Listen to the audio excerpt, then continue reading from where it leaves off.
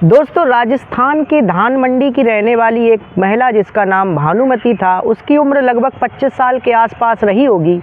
अपने 2 बच्चों को लेकर के शिवरात्रि के दिन 29 जुलाई 2019 को एक मंदिर के सामने आती है और उस मंदिर के सामने आकर के बैठ जाती है और रोने लगती है।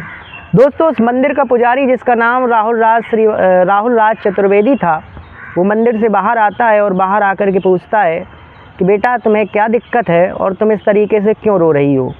दोस्तों, वो लड़की जिसका नाम भानुप्रिया था, वो ये कहती है कि महाराज, मेरे पति से मेरा झगड़ा हो गया है और मैं 3 दिन से इधर उधर भटक रही हूँ। ना तो मुझे खाने को मिला और ना ही मुझे रहने को मिला। मैं अपने दोनों बच्चों को लेकर के यहाँ से वहाँ भटक रही थी और अंत में जब मैं थक हार गई तो इस मंदिर के सामने आकर के बैठ गई कि अब भगवान ही मुझे कोई रास्ता दिखाएगा। दोस्तों, उस मंदिर का पुजारी कहता है कि बेटा, तुम्हें चिंता करने की ज़रूरत नहीं है, आओ मैं तुम्हें खाना खिलाता हूँ। वो पुजारी उस महिला और बच्चों को लेकर के मंदिर के अंदर जाता है और उनको खाने के लिए भोजन देता है। जब उन्हें खाने के लिए भोजन देता है तो वो बच्चे इस तरीके से भोजन कर रहे थे जैसे उन्होंने बहुत दिनों से खाना ना खाया हो। तो वो समझ गया कि वास्तव में ये 3 दिन से भूखे प्यासे हैं। इसके बाद दोस्तों, वो महिला से कहता है कि आप अपने घर जाइए, लड़ाई झगड़ा होता रहता है, इसमें आपको चिंता करने की इतनी आवश्यकता नहीं है। आपके छोटे छोटे बच्चे हैं, इस तरीके से आपका घूमना ठीक नहीं है। वो महिला कहती है कि नहीं, मैं अपने पति के यहाँ नहीं जाऊँगी और शाम का समय हो चला है। तो दोस्तों, वो व्यक्ति कहता है कि ठीक है, चलो मैं तुम्हें अपने घर पे ले चलता हूँ, आज आप वहाँ पर रुकिएगा, इसके बाद फिर आप अपने घर चले जाइएगा।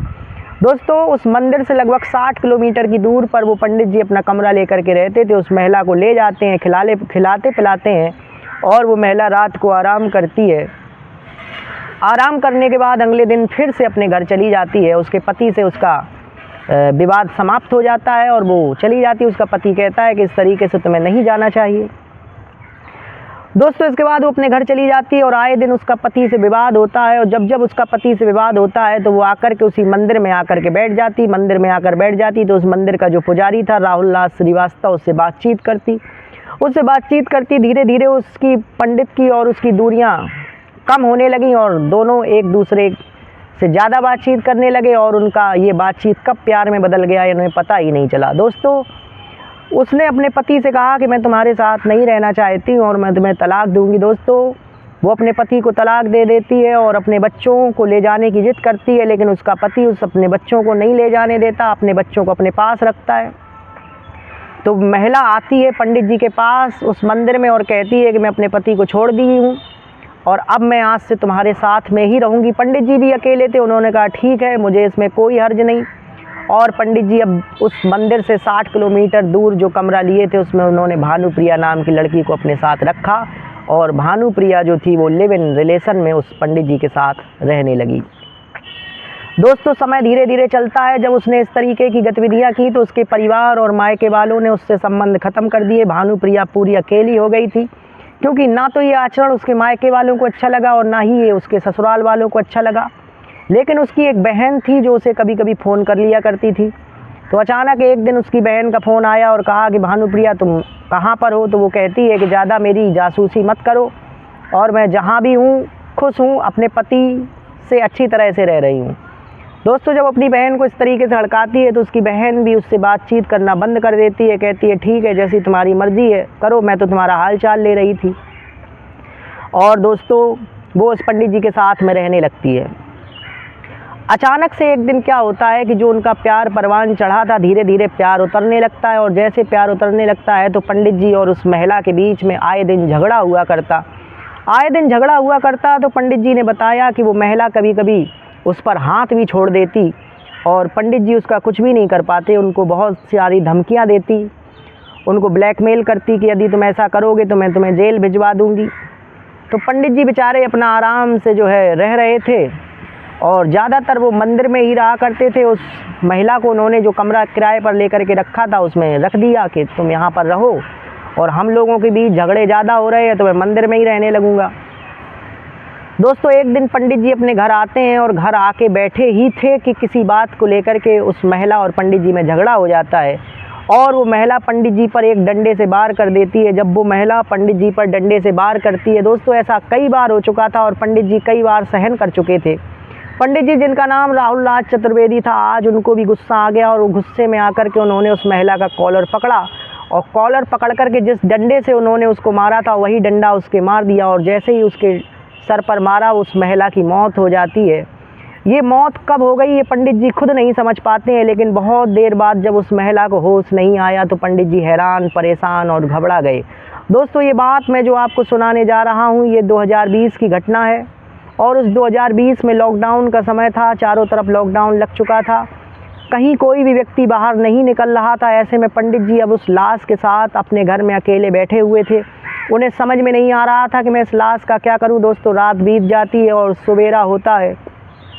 सवेरा होकर के पंडित जी बहुत सारे क्राइम एपिसोड देखते हैं, और क्राइम एपिसोड देख कर के ये सोचते हैं कि आखिरकार इस लाश का मैं क्या करूं। तभी उनके दिमाग में एक आइडिया आता है। वो एक सीरियल देखते हैं, और सीरियल देखने के बाद एक ड्रम उनके घर में रखा हुआ था, उस ड्रम को उठाते हैं, और ड्रम को उठाने के बाद वो जो लड़की थी भानुप्रिया, उस लड़की की लाश को उस ड्रम में बंद करते हैं। ड्रम में बंद करने के बाद उसके ऊपर बालू और मिट्टी से भर देते हैं, और बालू और मिट्टी से भरने के बाद बाज़ार जाते हैं और बाज़ार से सीमेंट के कुछ बोरे ख़रीद करके लाते हैं, और उस सीमेंट का घोल बना करके उस ड्रम के अंदर डाल देते हैं। दोस्तों, ड्रम के अंदर डाल देने के बाद पूरी तरीके से निश्चिंत हो जाते हैं कि अब इस लाश का पता कभी नहीं लग सकेगा। और दोस्तों, होता भी ऐसा है कि वो जो महिला थी भानुप्रिया, उसके घर से मायके और ससुराल वालों ने संबंध समाप्त कर दिए थे। किसी को उसकी कोई फिक्र नहीं थी। तो आखिरकार उसकी कंप्लेन करता तो कौन करता उसकी मिसिंग की। ये बात यहीं समाप्त हो जाती है, और समाप्त होने के बाद पंडित जी उस लाश को बंद करके अपने मंदिर चले जाते हैं। दोस्तों, लगभग 2 साल के बाद जून 2022 को उनके कमरे से अचानक से दुर्गंध आने लगती है, और दुर्गंध आने लगती है तो वहाँ का जो मकान मालिक है, जिस मकान मालिक का नाम सत्यनारायण था, वो पंडित जी को फ़ोन करता है कि महाराज जी आप अपने घर में आइए और आकर के देखिए कि आपके कमरे से बहुत ज़्यादा महक आ रही है। दोस्तों, पंडित जी अपने घर आते हैं, और घर आने के बाद देखते हैं कि जिस ड्रम में उन्होंने उस महिला को बंद किया था, उस ड्रम में नीचे से एक रिसाव हो गया है, और इस रिसाव से पानी बह रहा है, और पानी में जो दुर्गंध आ रही है वो लाश की आ रही है। दोस्तों, इसके बाद पंडित जी मजबूरी में अपने मकान मालिक को ये बात बताते हैं कि साहब, मुझसे आज 2 साल पहले लगभग लॉकडाउन के समय ये घटना हो गई थी, और ये वही है। दोस्तों, उसके मकान मालिक कहता है कि चलो हो गया सो हो गया, कोई चिंता की बात नहीं है। अब तुम एक काम करो, इस ड्रम में से जो सीमेंट तुमने भरा है उसको कूट कूट करके निकालो, और निकालने के बाद इसमें से लाश को निकाल करके जला दो। दोस्तों, वो अपने उस लाश को ड्रम से निकालते हैं, और ड्रम से निकालने के बाद जला देते हैं, और जो सीमेंट का चूरा था उसे भी पूरी तरीके से समाप्त कर देते हैं। इसके बाद पास में ही एक नदी थी, जिस नदी का नाम था चिनास नदी। उस चिनास नदी में उस लाश की जो हड्डी थी उसका चूरा बना करके बहा देते हैं, और अब ये बिल्कुल निश्चिंत और बिल्कुल इस बात से बेफिक्र हो जाते हैं कि कभी भी पुलिस उनके बारे में इस तरीके से पता लगा पाएगी। लेकिन दोस्तों, अपराधी कितना भी शातिर हो, एक ना एक दिन कानून के शिकंजे में आ ही जाता है। तो दोस्तों, इसी तरीके से पंडित जी के साथ हुआ, और उस समय तो ये घटना किसी को पता नहीं चली, लेकिन थोड़े दिनों के बाद पुलिस स्टेशन, और ये पुलिस स्टेशन है राजस्थान के उदयपुर एक जगह, और उदयपुर में एक जगह है दहली गेट, और दहली गेट के पास हनुमान मंदिर है। हनुमान मंदिर का वो जो पुजारी राहुल राज चतुर्वेदी एक दिन यूनिवर्सिटी गेट के सामने खड़ा था। तभी यूनिवर्सिटी गेट का जो थाना पड़ता है उसमें पुलिस के मोबाइल पर एक फ़ोन आता है अनजान व्यक्ति का, और वो कहता है कि यूनिवर्सिटी गेट पर एक व्यक्ति खड़ा है और आप जाकर के उसकी तलाशी लीजिए, उसके पास एक अवैध हथियार है। दोस्तों, पुलिस वहाँ पर पहुँचती है तो देखती है कि एक व्यक्ति खड़ा हुआ है, लेकिन वो भगवा चोला पहने हुए, गले में माला है। तो पुलिस सोचती है कि हो सकता है कि किसी ने उनसे झूठी फ़ोन पर सूचना दी हो। पुलिस उससे पूछताछ करती है तो बताता है कि साहब, मैं तो बगल में जो मंदिर है उसका पुजारी हूँ, और मैं यहाँ पर रात में घूमने के लिए आया हूँ। पुलिस हैरान परेशान थी, लेकिन पुलिस कहती है कि चलिए आप अपनी तलाशी दीजिए, और जैसे ही उसकी तलाशी ली जाती है तो उसके पास से एक अवैध हथियार बरामद होता है। और जब अवैध हथियार बरामद होता है तो पुलिस हैरान परेशान रह जाती है कि एक पंडित व्यक्ति जो भगवा कपड़े में है, आखिरकार वो हथियार लेकर के क्यों घूम रहा है। दोस्तों, उसे पुलिस स्टेशन ले जाती है, और पुलिस स्टेशन पर ले जा कर के पूछताछ कर ही रही थी, तभी एक और फ़ोन आता है, और वो फ़ोन में आवाज़ किसी अनजान व्यक्ति की थी, और वो कहता है कि इस व्यक्ति के साथ आज से लगभग 4 साल पहले एक महिला रहती थी जिसका नाम भानुप्रिया था। उस भानुप्रिया को इसने कहाँ गायब कर दिया है, इसके बारे में इससे पूछताछ करिए।